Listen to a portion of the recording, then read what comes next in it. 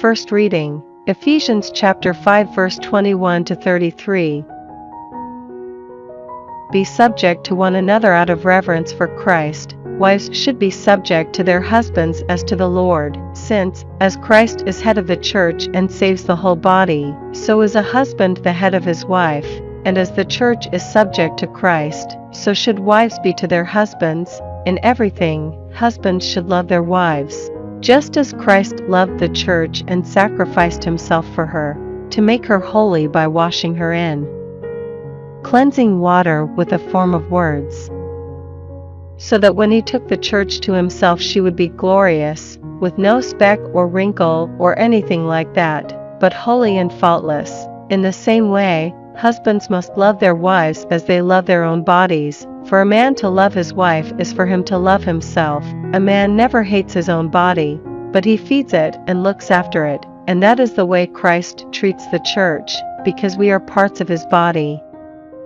This is why a man leaves his father and mother and becomes attached to his wife, and the two become one flesh. This mystery has great significance, but I am applying it to Christ and the church. To sum up, you also, each one of you, must love his wife as he loves himself, and let every wife respect her husband. Responsorial Psalm, Psalms chapter 128 verse 1 to 2, 3, 4 to 5.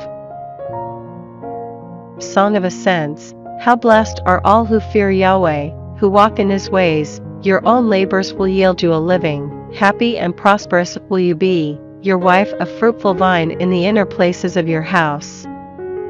Your children round your table like shoots of an olive tree. Such are the blessings that fall on those who fear Yahweh. May Yahweh bless you from Zion.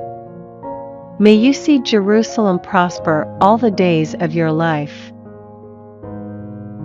Gospel, Luke 13 verses 18 to 21. He went on to say, "What is the kingdom of God like? What shall I compare it with? It is like a mustard seed which a man took and threw into his garden. It grew and became a tree, and the birds of the air sheltered in its branches." Again he said, "What shall I compare the kingdom of God with? It is like the yeast a woman took and mixed in with 3 measures of flour till it was leavened all through."